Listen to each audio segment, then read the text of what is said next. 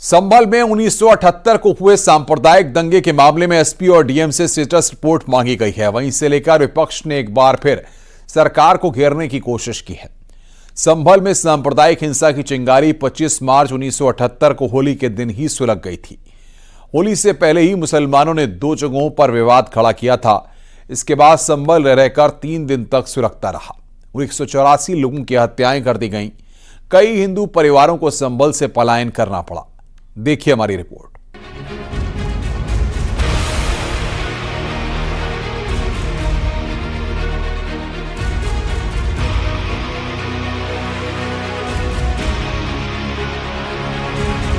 संभल में 1978 को हुए सांप्रदायिक दंगे को लेकर जिला प्रशासन से स्टेटस रिपोर्ट मांगी गई है।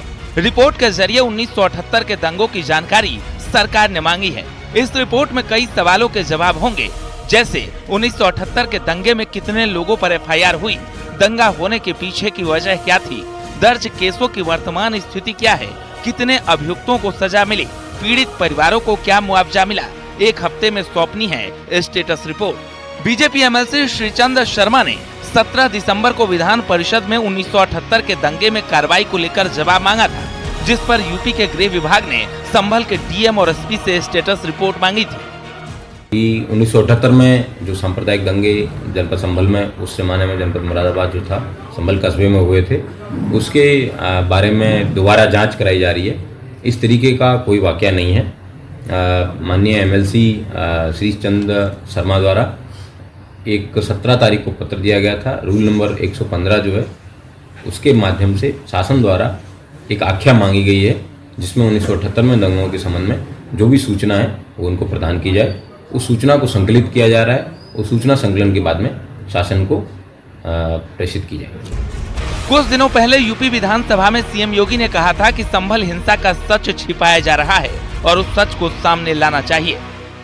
हम तथ्यों को छुपा करके कब तक जनता को गुमराह करेंगे। हर व्यक्ति जानता है कि माननीय न्यायालय के आदेश पे सर्वे का कार्य हो रहा था और सर्वे हो रहा था।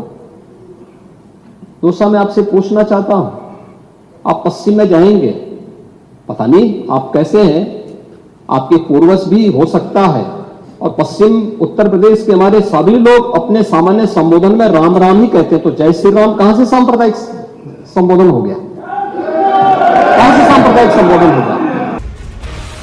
संभल में हिंसा का इतिहास बहुत ही पुराना है। वहां एक नहीं कई बार दंगे हो चुके हैं। संभल में 1978 में हुए दंगों में कई हिंदुओं की हत्या हुई थी। होली के 4 दिन बाद यानी 29 मार्च 1978 को आगजनी हुई थी।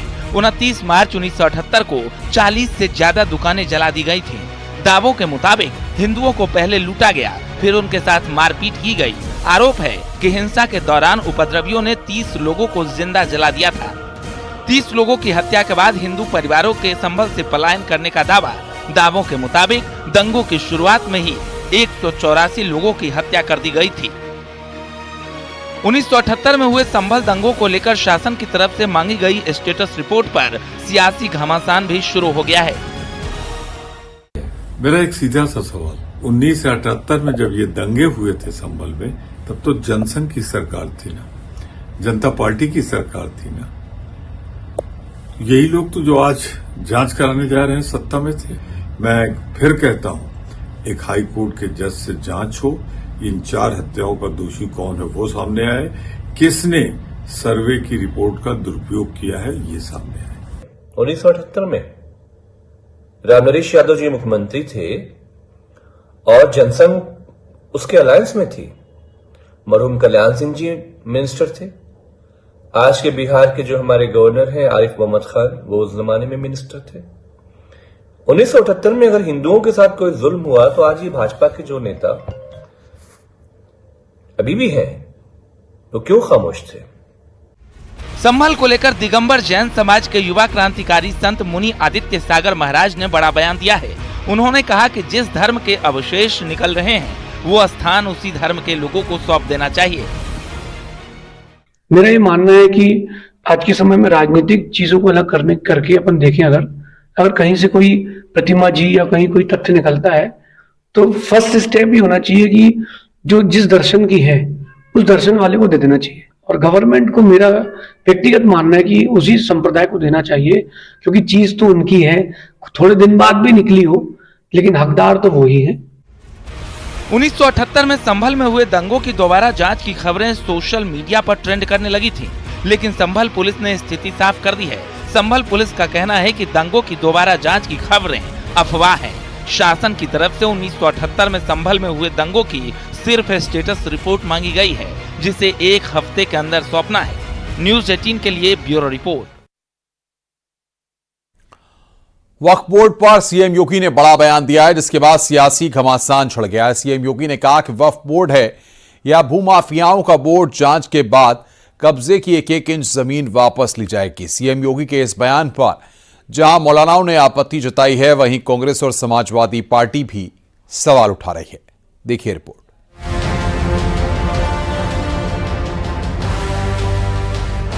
सीएम योगी आदित्यनाथ ने वक्फ बोर्ड पर बड़ा बयान दिया है। वक्फ बोर्ड पर दिए बयान के बाद सियासी घमासान मच गया है। विपक्ष ने सीएम योगी के बयान पर कड़ा एतराज जताया। सीएम योगी ने एक कार्यक्रम में बयान दिया। सीएम योगी ने कहा कि कभी कभी लगता है कि ये वक्फ बोर्ड है या भूमाफियाओं का बोर्ड है। योगी ने दावा किया कि जिस जमीन पर भी वक्फ के नाम पर कब्जा किया गया होगा, उस 1-1 इंच जमीन को वापस लिया जाएगा और गरीबों के मकान बनाए जाएंगे। वहीं सीएम योगी के वक्फ पर दिए बयान को लेकर मौलाना और विपक्ष के नेता नाराज हैं और उन्होंने सवाल खड़े किए हैं।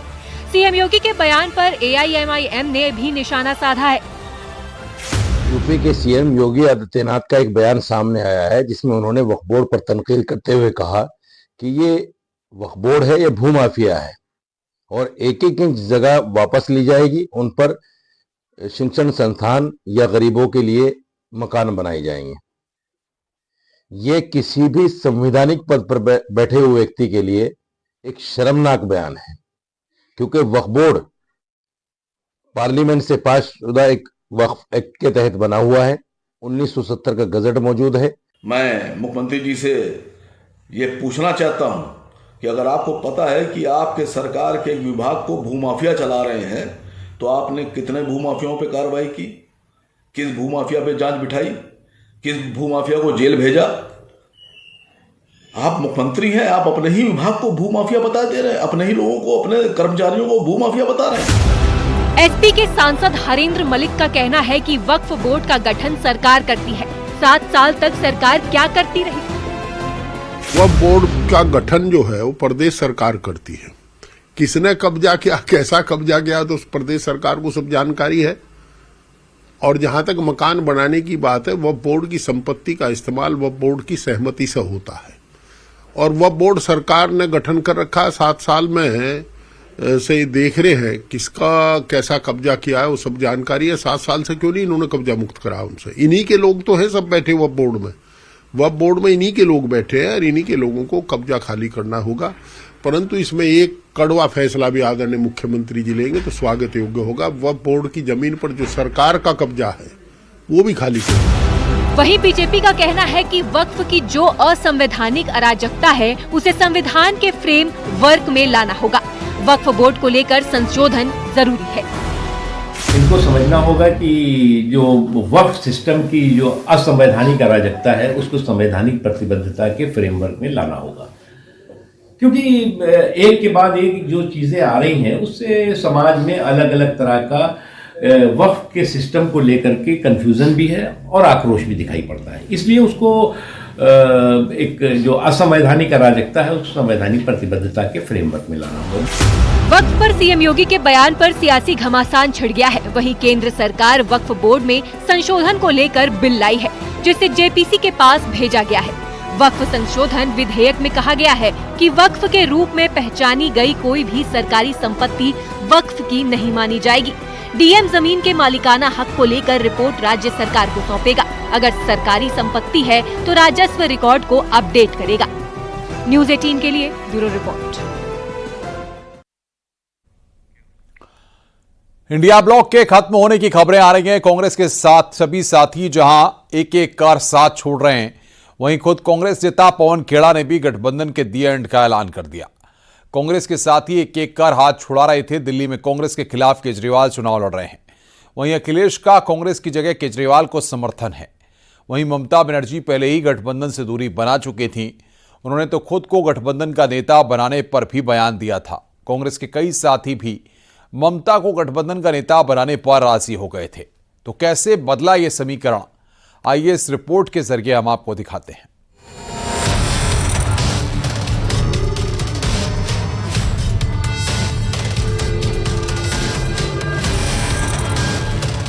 मोदी से लड़ाई के नाम पर जिस इंडिया गठबंधन का जन्म हुआ था, वो दिल्ली चुनाव से पहले खत्म हो गया है।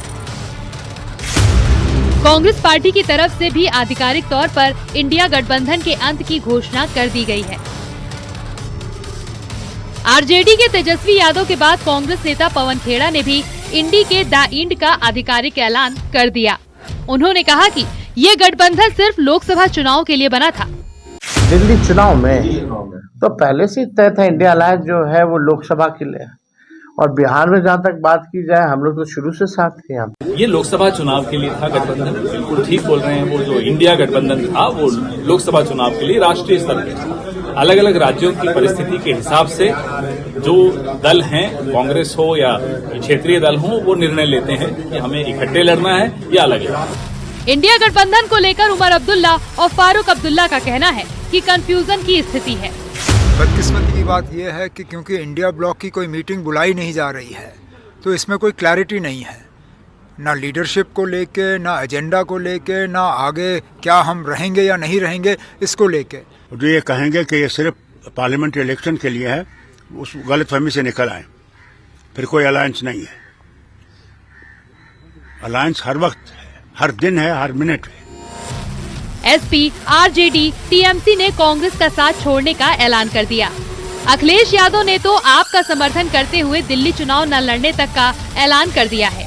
यानी केजरीवाल को समर्थन देकर अखिलेश ने राहुल गांधी का खुला विरोध कर दिया, लेकिन कांग्रेस मिल्कीपुर उपचुनाव में उसे समर्थन देने को तैयार है। इस पर बीजेपी का कहना है कि कांग्रेस ने अखिलेश के आगे घुटने टेक दिए। अखिलेश यादव को मनाने के लिए घुटने टेक दिया कांग्रेस। उत्तर प्रदेश के बाय इलेक्शन मिल्कीपुर में बिना शर्त समर्थन का, क्योंकि वो कह रहा है मेरे ही कारण तुम 99 सीट पर आए हो, तुम्हारी ताकत नहीं है।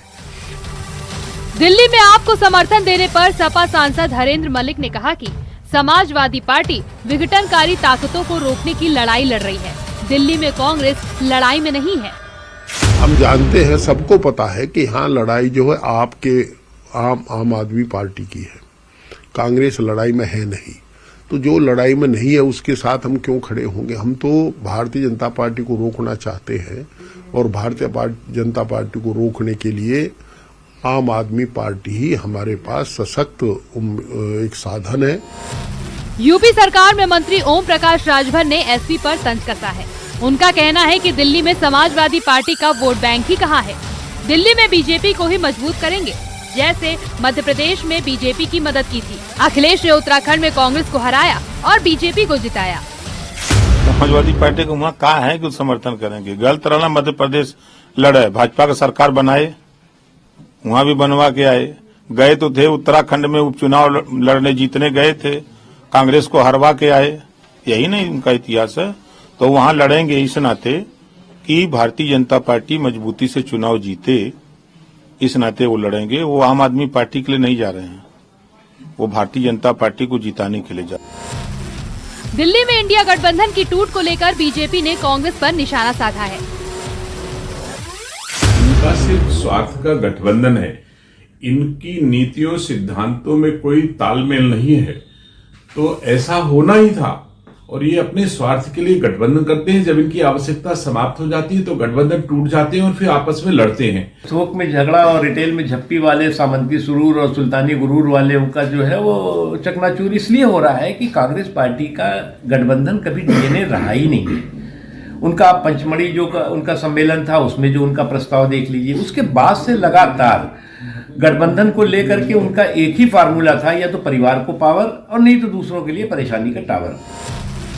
दरअसल बीजेपी के विरोध में बने इस गठबंधन में शामिल सभी दलों का वोट बैंक करीब करीब एक है। बंगाल में ममता बनर्जी और कांग्रेस का वोट बैंक एक है, वहीं यूपी में एसपी और कांग्रेस का वोट बैंक एक है। बिहार में भी यही हाल है। ऐसे में एक साथ चुनाव लड़ने पर वोटों में बंटवारा तय है और कोई भी दल नहीं चाहता कि उसके वोटों का बंटवारा हो। न्यूज़ 18 के लिए ब्यूरो रिपोर्ट।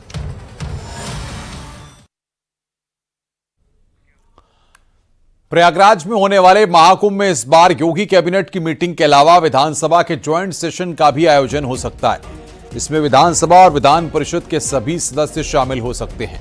खबरों के मुताबिक मुख्यमंत्री योगी आदित्यनाथ ने अफसरों को महाकुंभ में संभावित विधानसभा के ज्वाइंट सेशन की तैयारियां करने के निर्देश दिए हैं। इस विशेष सत्र को राष्ट्रपति और राज्यपाल संबोधित कर सकती हैं। हालांकि इस संयुक्त सत्र का आयोजन कब किया जाएगा, इसकी तारीख अभी तय नहीं है। हालांकि माना जा रहा है कि इस विशेष सत्र का आयोजन 14 जनवरी से 29 जनवरी के बीच हो सकता है।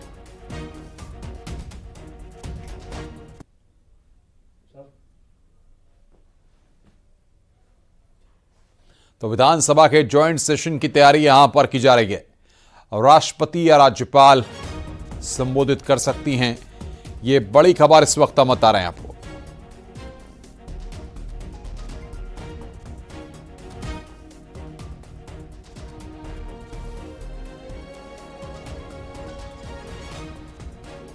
यहाँ संभवतः उत्तर प्रदेश की कैबिनेट के साथ साथ एक सत्र भी हो सकता है, तो यहाँ विधानसभा का सत्र भी आयोजित हो।